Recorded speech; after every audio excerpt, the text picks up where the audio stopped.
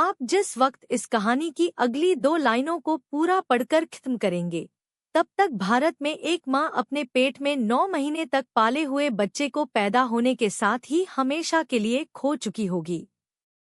भारत में हर 55 सेकंड में एक औरत मरे हुए बच्चे को जन्म देती है।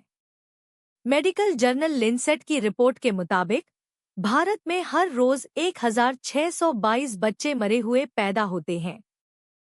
पूरी दुनिया में भारत स्टिलबर्थ के मामले में सबसे आगे है। स्टिलबर्थ का मतलब है बच्चा गर्भ में नहीं बल्कि पैदा होने के बाद मर जाता है। प्रेगनेंसी के 20 हफ्ते तक अगर भ्रूण की मौत होती तो इसे मिसकैरेज कहते हैं। इसके बाद भ्रूण की मौत को स्टिलबर्थ कहा जाता है। 2023 तक के आंकड़ों की माने तो हर साल भारत में स्टिलबर्थ के 5,92,000 मामले होते हैं। पूरी दुनिया में हर साल 26 लाख मरे हुए बच्चे पैदा होते हैं। अपने बच्चे को खोने का दर्द दुनिया के किसी भी हिस्से की माँ के लिए शायद एक जैसा ही होता है। ये कहानी एक ऐसी ही माँ की है। पिछले साल प्रेग्नेंट हुई थी। वो बिटिया को जन्म देने वाली थी, लेकिन उनकी भ्रूण वाली थैली फट गई और उस पानी के साथ वो सारे सपने बह गए जो वेनिशा में अपनी बेटी को लेकर देखे थे। वेनिशा की ये कहानी 1 साल के शोक और उससे उबरने की कहानी है। एक बिना बच्चे की माँ की कहानी। वेनिशा की जिंदगी हमेशा से माँ बनने के सपने से भरी थी। जब वे छोटी थीं, तो बच्चों की देखभाल में मदद करना उन्हें बहुत पसंद था। वे अपनी बहनों और पड़ोस की महिलाओं के बच्चों को संभालती, खिलाती और हमेशा यही सोचती कि एक दिन वे खुद माँ बनेंगी। लेकिन जब वे 29 साल की हुईं, तब उनकी जिंदगी में अचानक एक बड़ा बदलाव आया। उन्हें सर्वाइकल कैंसर हो गया और अपनी जिंदगी बचाने के लिए जो सर्जरी हुई, उसने उनके माँ बनने के सारे रास्ते बंद कर दिए। फिर भी उन्होंने हार नहीं मानी। उन्होंने एक और सर्जरी का विकल्प चुना, जिससे उनके माँ बनने की थोड़ी उम्मीद बची। उन्होंने आईवीएफ का सहारा लिया, लेकिन कई बार गर्भपात हुआ। लेकिन एक दिन वेनिशा की उम्मीदों ने रंग दिखाया। अल्ट्रासाउंड में उन्होंने अपनी होने वाली बच्ची को देखा और उनके दिल में खुशी की लहर दौड़ गई। डॉक्टरों और नर्सों ने उन्हें बधाइयां दी और वेनिशा ने अपनी बच्ची का नाम सोच लिया, विलो। लेकिन खुशी के कुछ ही दिनों बाद एक दिन ऑफिस में काम करते हुए वेनिशा ने कुछ अजीब महसूस किया।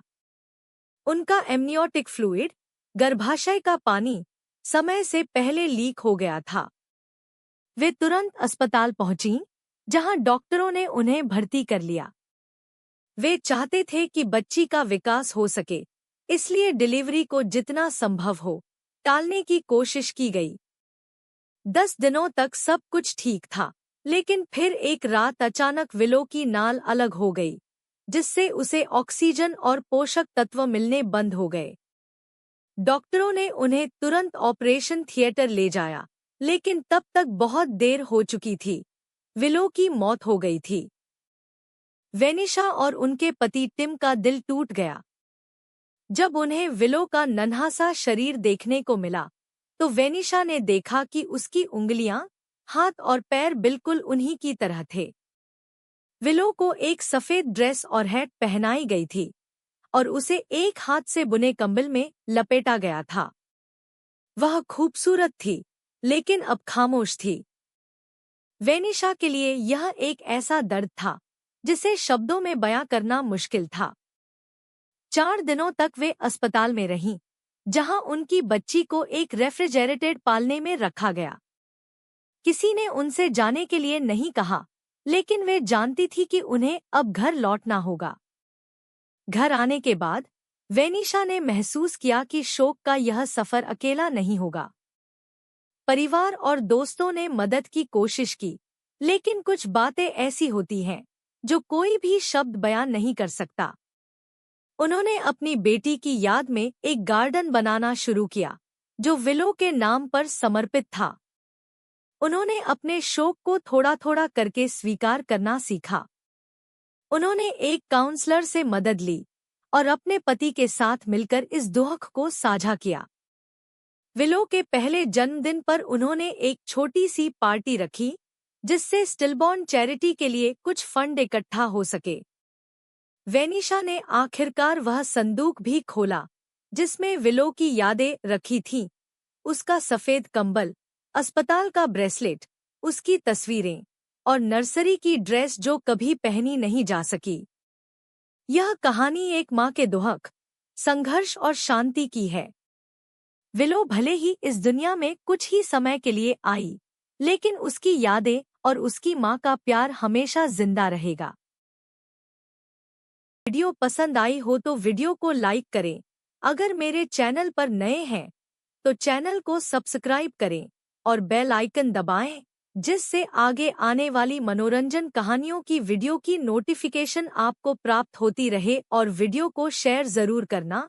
मिलते हैं नेक्स्ट वीडियो में, तब तक के लिए नमस्कार। जय हिंद, भारत माता की जय।